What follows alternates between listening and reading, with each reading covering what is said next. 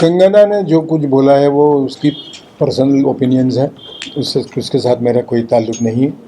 उसने जो बोला, जिसके बारे में मुझे पूछा गया, वो वक्त भी ठीक नहीं था, स्थान भी ठीक नहीं था, फिर भी पत्रकारों ने मुझे पूछा, उस पर मैंने जवाब दिया कि what ever she has said is correct, क्योंकि उसके खुद के कुछ कारण होंगे ऐसा कहने में, वैसे मेरे भी कारण है। कंगना की मेरी कोई पहचान नहीं है, लेकिन मेरी पहचान मेरे पॉलिटिकल स्टडी से है। मुझ जैसे आदमी को वाकई ऐसा लगा कि जिसे रियल फ्रीडम बोलते हैं वो 18 मई 2014 को मिला। दिस इज़ माय ओपिनियन, मानना न मानना ये आपकी मर्ज़ी है। मेरा देश आज पूरे वर्ल्ड के सेट पे आज एक वेरी स्ट्रांग नेशन करके खड़ा हो रहा है, इसमें मुझे बहुत गुरूर है, बहुत आनंद है। ये मेरा मत है, ये किसी पे मुझे लादना नहीं है, थोपना नहीं है। This is my personal opinion, this is my answer. I don't want to say anything more about this point.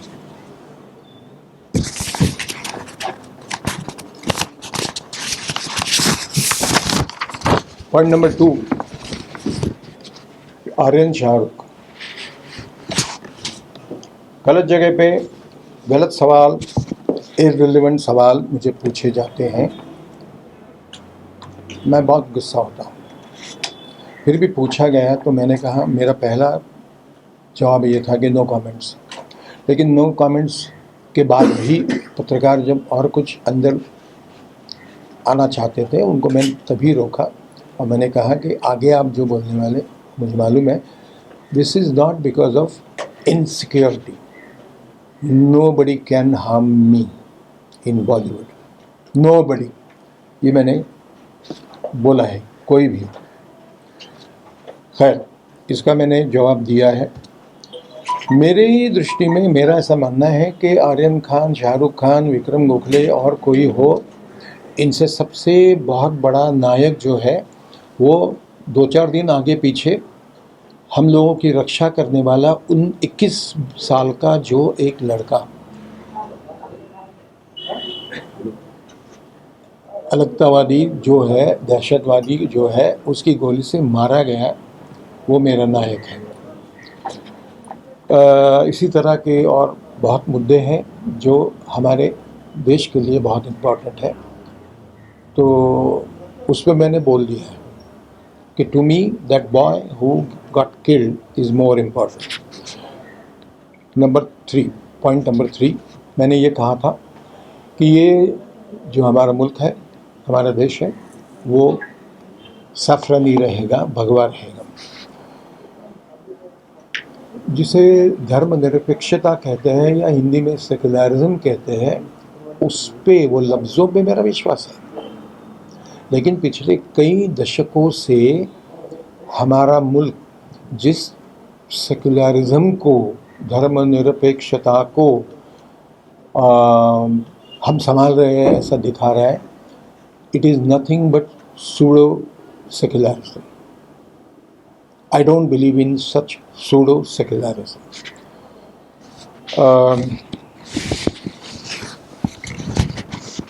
Point 3 is over. Point 4 is over. Point 3 is over. BJP and Shiv Sena, they should come together. This is my very honest will. Because both these, मैं बीच में अंग्रेजी बोलूँ तो चलेगा? हिंदी में ठीक है, ठीक।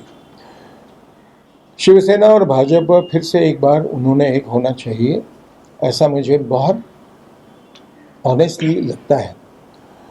क्योंकि 25 साल बड़ा भाई छोटा भाई ये रिश्ता होने के बाद अचानक कुछ हो गया। एक्चुअली ये लोग एक ही एजेंडा लेके कुछ काम कर रहे थे जो हमारे मुल्क के लिए बहुत ज़रूरी था, ज़रूरी है। तो ऐसे लोगों ने, समविचारी जो है, ऐसे पॉलिटिकल पार्टीज़ में इकट्ठा होना बहुत ज़रूरी है for the nation. For the nation. तो दोनों पॉलिटिकल पार्टीज़ को जनता ने मतदान किया, लेकिन उनका भ्रम निराश हुआ। दे वर डिसीव्ड, विश्वासघात हुआ उनका। ये दोनों पक्षों ने अंदर क्या चला पीछे, पर्दे के पीछे, मुझे मालूम नहीं है, लेकिन now they are not together. अब 25 साल की दोस्ती तोड़ी गई। किसने तोड़ी, कौन जिम्मेदार, आई डोंट नो, लेकिन वो दोनों ने इकट्ठा होना चाहिए। ये मेरा बहुत ऑनेस्टली मेरा कहना है, because they will work perhaps, both these parties will perhaps work for the betterment of the nation.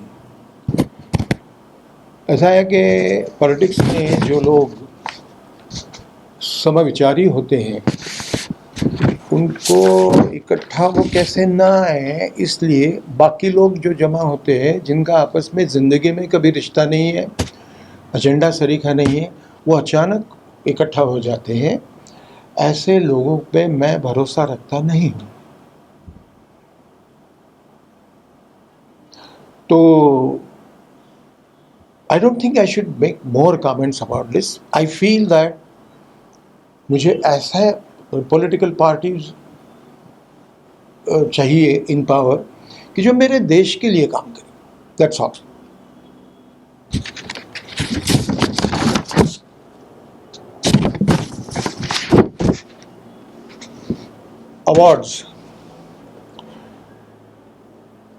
Awards लेके फिर अवार्ड वापसी वगैरह ये नाटक करने वाला मैं नहीं हूँ। ज़िंदगी के कम से कम 20 साल मैंने बिताए हैं अवार्ड्स पहले से ही रिफ्यूज़ करने में। जिस अवार्ड्स को या जिन अवार्ड्स को लेके लोग बहुत खुशी से नाचते हैं, ऐसे अवार्ड्स को रिफ्यूज़ करने वाले 2 एक्टर हैं हिंदुस्तान में, एक मैं और एक बॉलीवुड का एक हिंदी फिल्मों के एक्टर हैं, दैट्स ऑल। तो मेरी एक्टिंग की एबिलिटी क्या है, डायरेक्शन की एबिलिटी क्या है, ये अवार्ड्स पे नहीं होता है। अवार्ड्स की कोई गिनती नहीं है। दूसरा बंगला लेना पड़ेगा मुझे अवार्ड्स रखने के लिए, इतने अवार्ड्स अभी मिल गए हैं। ओवर अवार्ड्स के सिलसिले में एक याद मुझे आई बात, वो आपको बताना चाहता हूँ और गुरूर से कहता हूँ कि मेरे वालिद साहब चंद्रकांत गोखले, जो अब अभी हमारे यहाँ नहीं है, रहे नहीं हमें, उनका एक सत्कार था पूना में। हज़ारों लोग खड़े थे, सामने बैठे थे। तो जो इंटरव्यूअर था उसने पूछा कि गोखले साहब, कभी न कभी हर एक को जाना होता है, आप जब जाएंगे तो वापस अगर आपको पुनर्जन्म मिला तो आप क्या आपको कौन सा जन्म चाहिए?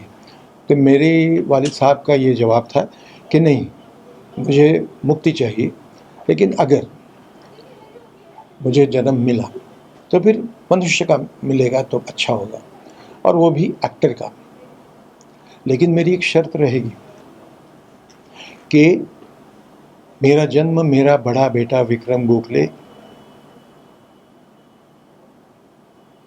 इसके घर में होना चाहिए, वो मेरा बाप होना चाहिए, इतना मेरा वो अच्छा बेटा है। इससे बहुत बड़ा कोई भी पुरस्कार मेरे लिए मायने नहीं रखता है। This is what all I want to say. मैंने पत्रकारों पे कोई गुस्सा नहीं किया, कोई सहानुभूति व्यक्त नहीं करना चाहता हूँ। आप जो करना चाहते हैं आप ज़रूर कीजिए, वो आपका पेशा है, धंधा है, जैसे मेरा पेशा है, वो करता रहता हूँ, आप भी करते रहिए। लेकिन ज़रूरी चीज़ें दिखानी चाहिए। वो जब आप दिखाते नहीं हैं तो मुझ जैसा आदमी खामखा एक टारगेट बन जाता है क्रिटिसाइज़ करने वालों के लिए। इतना ही मेरा कहना है कि जो क्रिटिक्स हैं उनके खिलाफ़ मेरी कोई तकरार नहीं है, पत्रकारों के खिलाफ़ भी मेरी कोई तकरार नहीं। मेरी अपनी वजह है तकरार क्यों नहीं है। मैं किसी पर मेरा गुस्सा नहीं है, बड़ा शांति से मैं आपसे बात कर रहा हूँ। मुझे किसी भी झूठ बात का मुझे गुस्सा आता है। तो जितना हो सके उतना सच्चाई की तरफ हम सारे लोग अगर आगे बढ़ते रहेंगे कि सच क्या है, सच जानने की कोशिश हम करें, तो शायद पूरे समाज के लिए अच्छा होगा। ये मेरी धारणा है, ये मेरा अपना मानना है। Thank you very much. Thank you very much.